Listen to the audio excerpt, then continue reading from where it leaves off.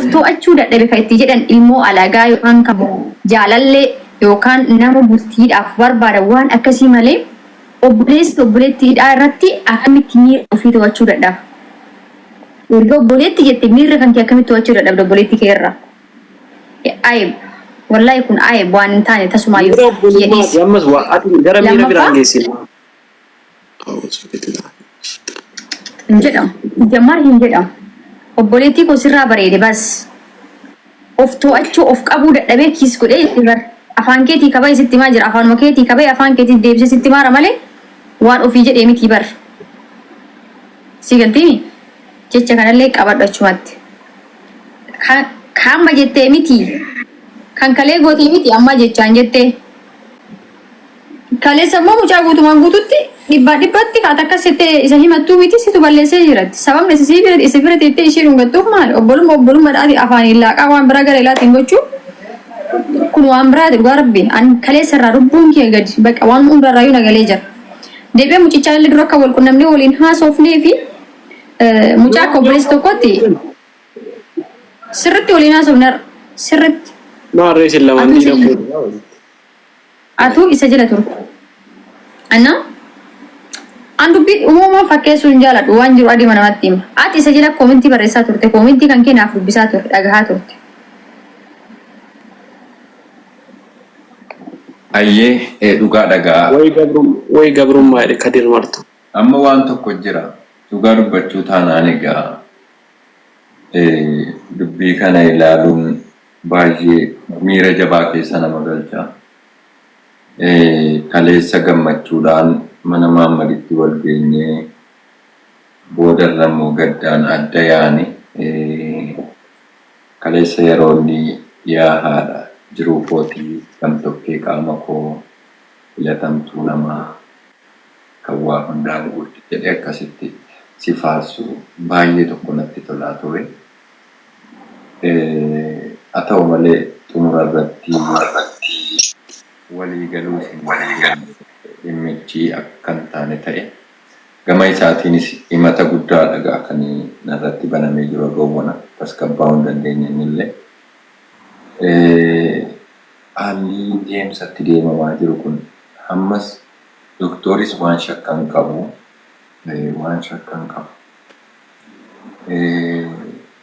garuu akkuma qaamni isaanii waa shakke ru'iin isaanii waa shakke gochaanis wantoonni mul'atu hin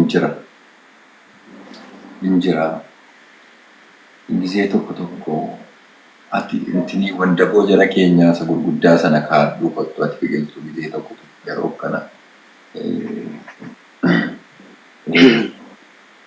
maayii fi dhugaa amma gubadheen jedduu keessanitti kan gubataa jiru imanni kan narratti banamee laal gara hundaan narratti duulamee jiru ana isinii gara kanaan amma innis Maammadii kunoo laal waan jarritti jiran jedhee doktooris waan jarritti jiran jettee wanti mee isa silaa sana doktor bani waan si bira jiru waan sila na dhageessisu naman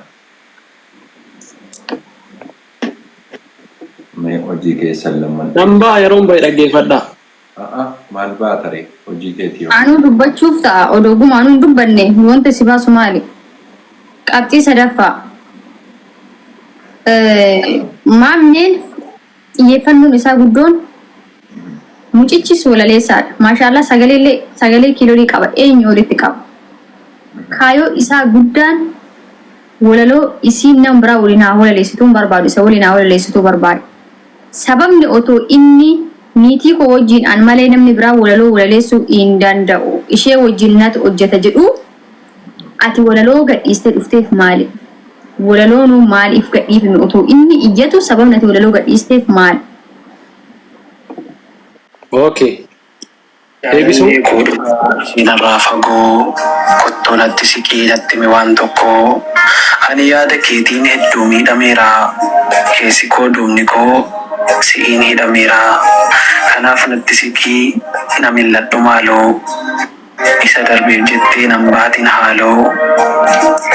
Anis dadhabeera sirraan adda ba'uu walirraa fagaannee garuu akkam ta'uu Addaan nu fageessan gargar nu baasanii shira dhuma hin qabne nutti facaasanii. Shira kana qoluuf wal ta'uu qabnaa nuti yoo wal taane silas maal dadhabnaa. Gamaa fi gamanaa nurratti tuulanus wanna nuti hin qabne nurratti tuulanus nuti qaama tokko yooma addan baanu shiraa duwwiitiin gargar hin facaanu. Tole ergi jetti anis nin amanaa.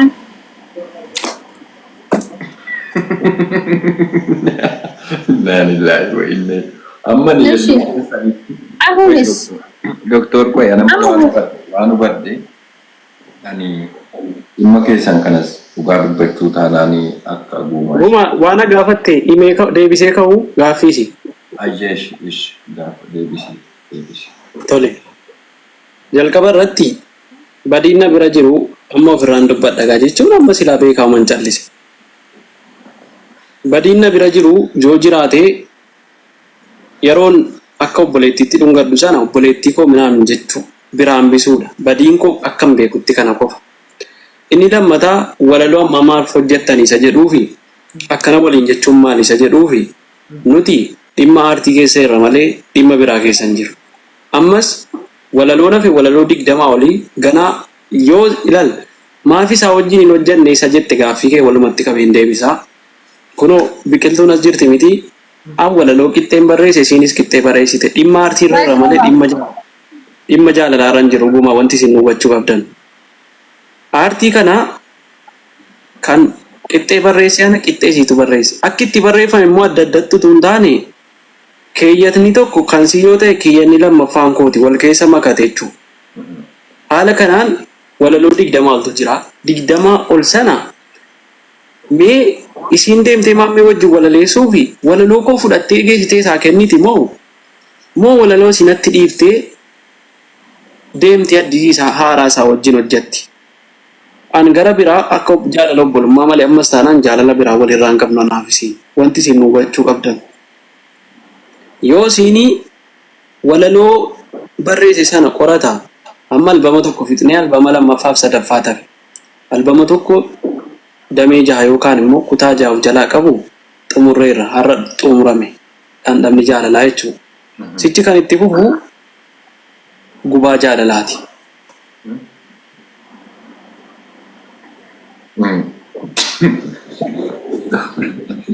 Wato doktor obsesifate sabari wama. Lakka inni dhabduma gubaan gara itti seene jechuu. Sabari. Fixeenkaa qoy. Miira keessaa baay'ee dhaggeeffannaa mee waan. Albamni tokkoffaan dhumee lammaffaa eegaluuf asumaanuu qabadhaa.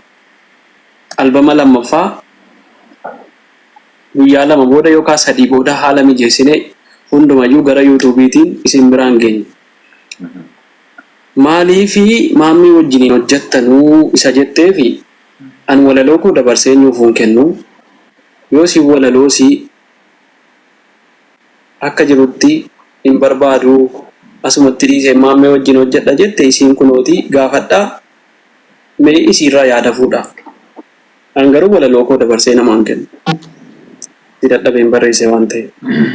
Okay. Dhimma biraa immoo walirraa hin qabnu dhimmaa fi dhimma jaalala waan tokkoon isinitti hima doktor nan gabaabsa.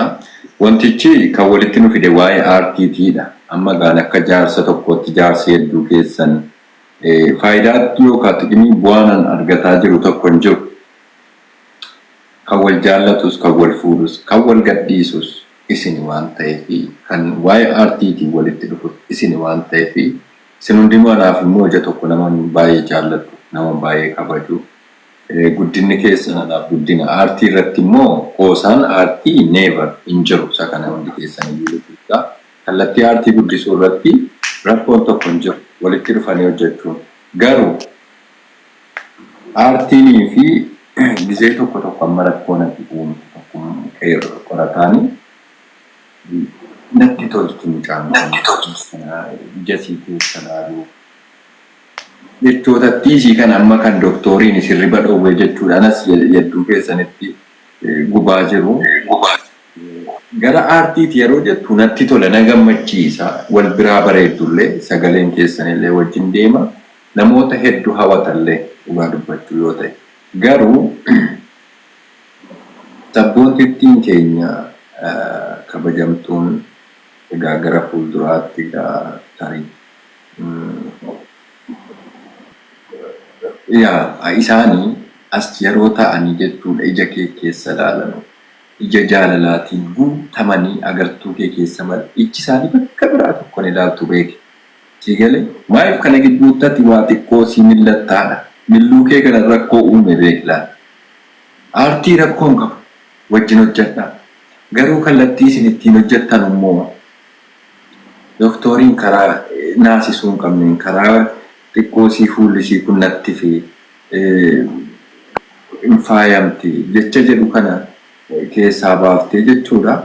Kallattii haqa qabeessa ta'e yoo kana hin ta'in jechuudha ammas taanaan inni keessaa wal xaxu waan keessaa ba'amuu hin dandeenye ammallee doktoriitti gaaffii guddaa kan ta'aa deemu maammeettis kan gaaffii guddaa ta'aa deemu kaleessas guyyaan nuti dhannee baga gammadde maarree jennee harka rukutaa turre dudduubatti nu jalaa deebi'uunsaa sababa wanni kun taateen kaleessaati millachuudhaan ati shanaba kee xiqqoo sii harkarra babbaasuudhaan sigalee yeroo tamma shanabiin kana xiqqoo haxooftu namni waan biraatti fudhata. Ati immoo hin dhugoomsite amma maal jette shanaba haxaa'utu hin taane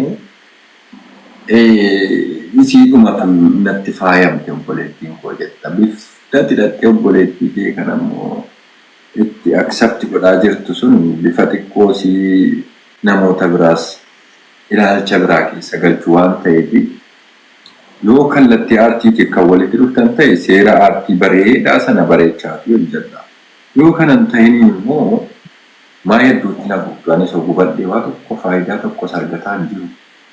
Gara kanaan dhufee sheeka biran deemaa qeesii biran naqa sheekanaa Huseeniin bira deemee tan du'aa isitti boosisa gariibota bira dhaqeen waa'ee taanaa aarsisiisa. An akka ati guumaa sha'u jaarsummaadhaaf nu bira dhuftu situ bultii nu diigaa jira wantoonni jedhu kun anas hirriba na dhowweera waan ta'eef isa kanas ilaalcha keessa galti kabaja doktorii jecha bultiitu caala bultiin dursa waan ta'eef. Yaani doktor maal godhiidhame maal godhiidha maal akka inni godhu barbaadame.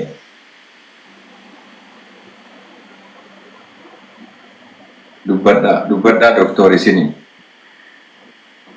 Dubbadhu harkaan na bareedaa ganaman dubbadha galgalan dubbadha bakka yaani na ciiggawu jettanii misuu na ciiggae ciicatu jedhan nu birattamu na ciiggae uummanni nu hooma isaa kana badii isaa kana galgala kana maasa dhimmichi jalqaba dhimma walalooti walalicha maqaa walii jijjiirame okay aartiin jara lameeniitu haa guddatu maqichi jijjiirame hojjetame jennee dhiis sababni inni dhufee bakki marziin badduun jirtu ammallee mucattii walii walaleessaa jiran sababni hedduu jara lamaanii seeneef maali tokkoffaa maali yaadeeti erga obboleetti ta'e way ofii ho'iituun fuudhu nyaaqumaaf dhalattee wanti inni hedduu isii fiiguuf maali dubbiin kun obbolummaa hin fakkaattu keessa kan tuuri qabamee jiru lammaffaa yaani haalataan inni mul'isu akkaataan inni mul'isu yaani hogguu isiidhaan wal argu sa'aatii miirri inni isiidhaaf ibsu miira obbolummaa osoo hin ta'in miira fiqiranya yookaan jaalalleetti ammuma fagoo biraan deemin amma seenne daqiiqaa muraasa turee jira. Daqiiqaa muraasa turre keessa haasaa itti fayyadame keessatti guutuu ana obboleettii godhe isii jaalallee godheetti qaybsaa ture.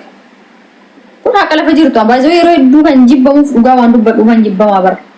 Ana akka obboleettii godhe naga rabbii osoo nan gaafatin isii akka jaalalleetti jechootaa fi wanti gochaanillee ibsaan ture. Ansoo ban jaaladhu obboleessa kiyya. Atillee of shaffanaallee shaffanaa riskii fi walillee cufaa deemaa gatiin qabu. Dhugaa jirtu baasiiti natti himiiti atillee achinarraa dhaabbadha walillee asirraa dhaabadha har'arra. Bas. An kanaafiyyuu waan tokkoon isinitti dhaammadha. Isin hundanaan kabajaan. Biqiltuu affantanii garuu utuu dubbatte. Yaada biqiltuu irraa fuudhee jechuudha dhaammachuu kan amma dhugaa biqiltuun tokkoffaa an utuu isin hin dinqisiifatin hin darbu isin sadanii jechuudha. Ayidiin deemsa keessanii akkaataa wal loliinsa keessanii wal ta'uu dhabuu keessanii baay'ee maaliif namni waa hubata gizee tokko waa hubata hin jennu. Waa hubatee yeroo jaarsi dhufe hedduu namaa taa'ee jedhu jaarsi kun maaliif dhufe jedha. Amma an kan biqiltuu yoo tasuma biqiltuu isuma arguu hin barbaadu jedhaan ture. Isuma arguu hin barbaadu kaleessas jedhee tan natti duulamaa ture. Haa ta'u ishee dubbadhu carraa tokkittii sagalee kee dhagayeetuman deemaa dubbadhu mee uumati jettu hin dhagaa. Ati ammoo qorataa kanarraa adda bahuu hin danda'u hamtuun adda nun baasin jedhaa jirta walaloo ammaa kana keessatti. Maal jechuudha kun? Mee inni kun maali? Suni aartiidha, brother. Amma fakkeenyaaf ilaali waa takkan sii hima guma. Fakkeenya artistoota fudhadhu warreen diraamaa garaagaraa hojjetan fudhadhu ammas walaleessitoota si fudhattee fakkeenyaaf gaafa waan takka hojjetan dirqama wanni sun jararra ga'ee yookiin taatee sana ofii ta'anii osoo hin taane waan naannoo isaanii irra jiru kana ilaalanii waan hawaasa isaanii biyya isaanii keessatti ammas hiriyoota isaanii irra ga'ee jiru waan akkasii irratti hundaa'e namni waan hedduu hojjechuu danda'anii wayi. Kun dhugaa jirtu jechuudha. Amma fakkeenyaaf gaafa rakkoon hawaasa tokko irra ga'u hawaasa sana sagalee bifa walalootiin ta'uu kan dandeessu walaloo kana keessatti taatee hawaasni sun ta'e yookiin taatee hawaasa sana irratti raawwatan yookiin irra ga'e sana ilaaltee bifa sanaan barreessuu dandeessa. Amma jarri diraamaa hojjetan gaafa diraamaa hojjetan dirqama gaafa warreen jaarsaaf jaartii ta'anii hojjetan ni jiru. Dhugaa dubbachuuf jarri achi keessatti taatee sana taatoo bakka bu'anii hojjetan malee ofii jaarsaaf jaartii ta'anii miti. Galee achumatti jaarsaaf jaartii ta'anii hojjetanii isheen gara mana ishee inni illee gara mana isaa deema. Akkasii. Ayyee baay'ee gaariidha. Guma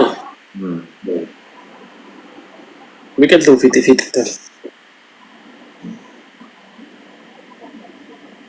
Bilookaa walumaa dheeraa qabdu nama nawaatu hin taane jalatti barreessu bilookaa dhugaa rabbiin gizeen miira keessa galee dubbadhu jecha afaan kootii boobadaadha. Rakkoon qabu sinu badhaa jedhati ati warra quxisuudha akkana si keessaa godhata haasa'e jedhu.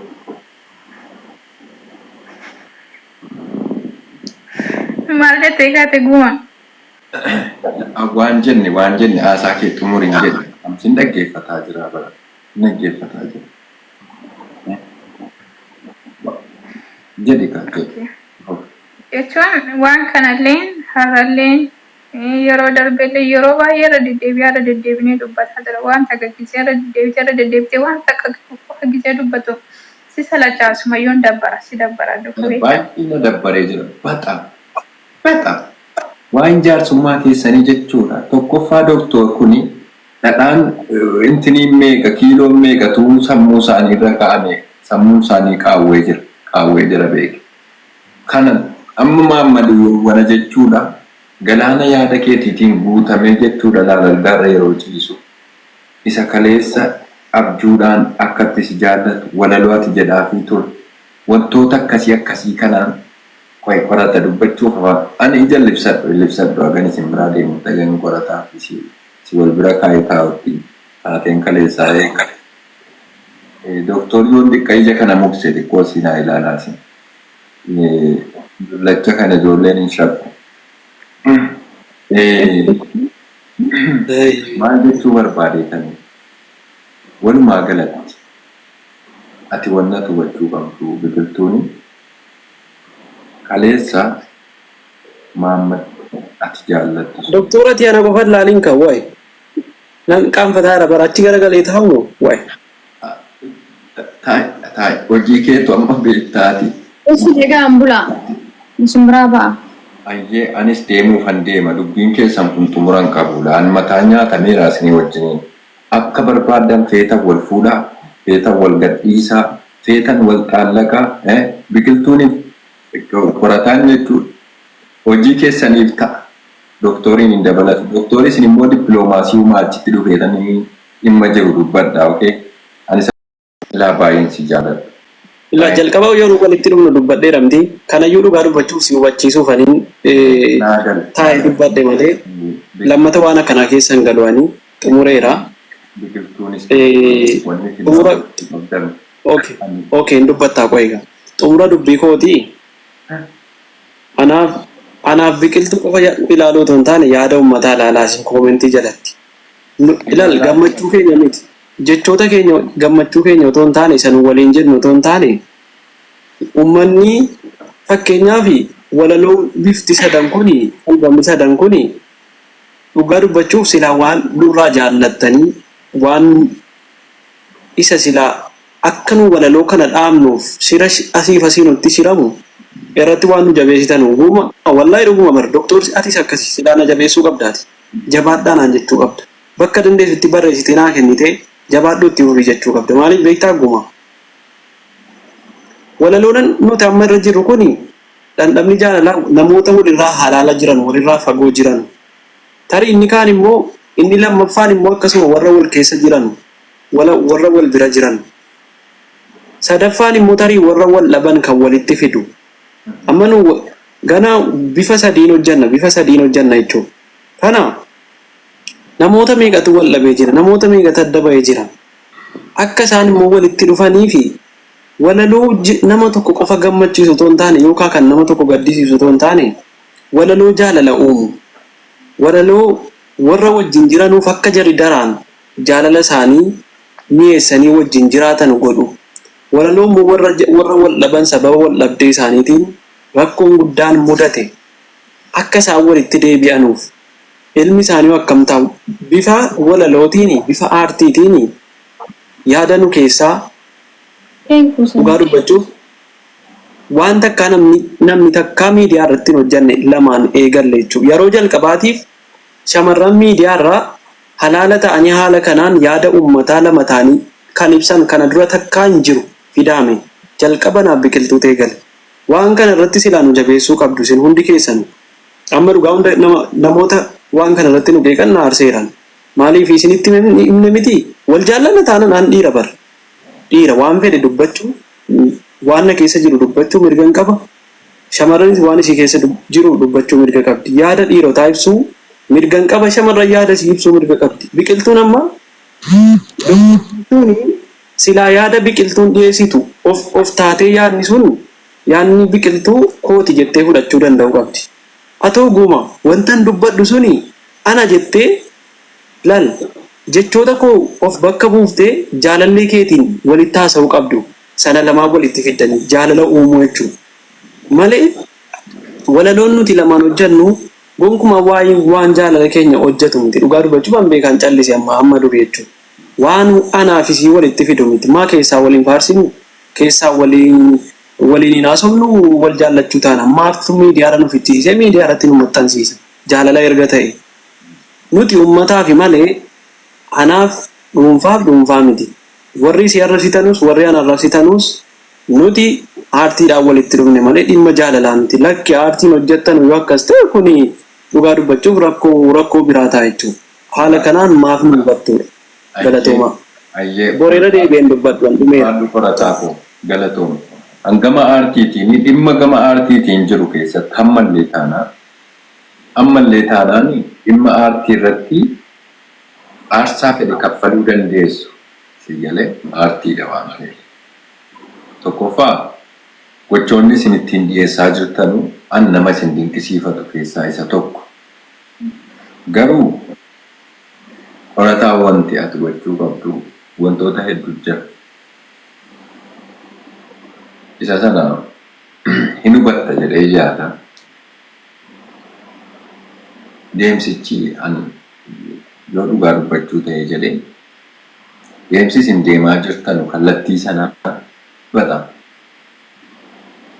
waan an jedhu walitti jechoota poozitiif ta'edha negatiif otoo hin taane kallattii isin ittiin hojii aartii irra jirtan isa sana akkuma sanatti naa qaba abbaan fedhe waan fedhe dubbatee jedhee irratti isin jabeessu irratti isin tuhuudha namoota akka keessanii kana argachuun namoota akka keessanii kana jala deemanii hordofanii wantoota wantoota akkas miidhagu sana dhaggeeffachuun nama kamiinuufu waan gaariidha.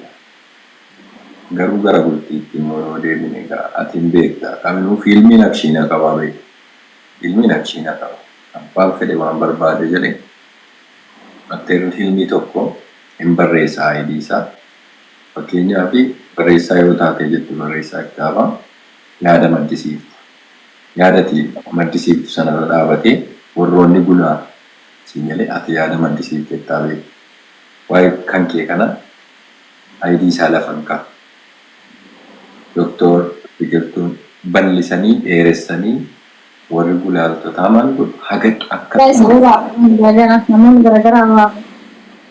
akka xumurri isaa dhaqee bareeduu fi gochuu qabure inni tubuu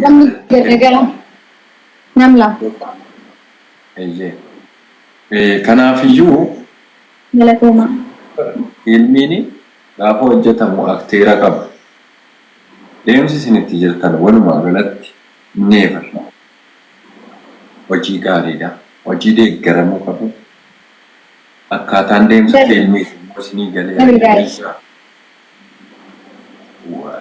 namni waa hubata beeki. Waa hubata deemsa jireenyaa keessatti.